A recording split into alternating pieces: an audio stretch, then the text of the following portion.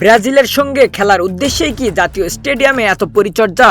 গতকাল সকাল থেকে বিকেল পর্যন্ত মাঠ পরিচর্যায় ব্যস্ত ছিল এই মেশিনটি। বাংলাদেশের মাঠ দেখে যেন অবাকই হয়ে গেল ব্রাজিলের পরিদর্শক দল।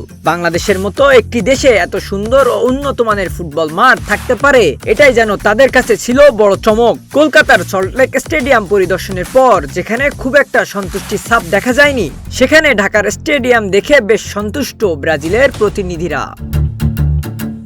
শুধু মাঠের সৌন্দর্য নয়, সুযোগ সুবিধাগুলো খুঁটিয়ে দেখেছেন তারা। কলকাতার মাঠের ঘাস নিয়ে তাদের আপত্তি থাকলেও বাংলাদেশকে এগিয়ে রাখছেন ব্রাজিলের প্রতিনিধি দল। আধুনিক ড্রেসিং রুম, দ্রুত পানি নিষ্কাশনের জন্য ড্রেনেজ ব্যবস্থা সবকিছু পরিদর্শন করেছেন তারা। পাশাপাশি অনুশীলন সুবিধা, জিম, হোটেল, পরিবহন ও নিরাপত্তা ব্যবস্থাও তাদের নজর এড়ায়নি।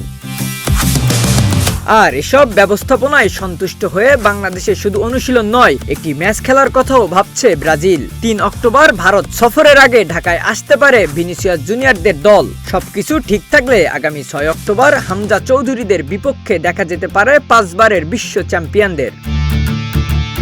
ভাবুন তো, একদিকে বাংলাদেশের জার্সিতে হামজা চৌধুরী আর অন্যদিকে ব্রাজিলের হলুদ জার্সিতে ভিনিসিয়াস জুনিয়র, রাফিনাদের মতো তারকারা। আর সেই লড়াই যদি হয় ঢাকার মাটিতে, তাহলে বাংলাদেশ ফুটবলের জন্য এর চেয়ে গৌরবের আর কি হতে পারে? এই ম্যাচ এখনো চূড়ান্ত নয়। দুই দলের পক্ষ থেকে এই ম্যাচের চূড়ান্ত কোনো বিবৃতি দেওয়া হয়নি। তবে সমর্থকদের মধ্যে এই ম্যাচ নিয়ে আগ্রহের শেষ নেই।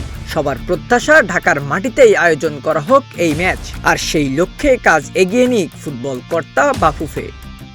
Desk report, flash sports.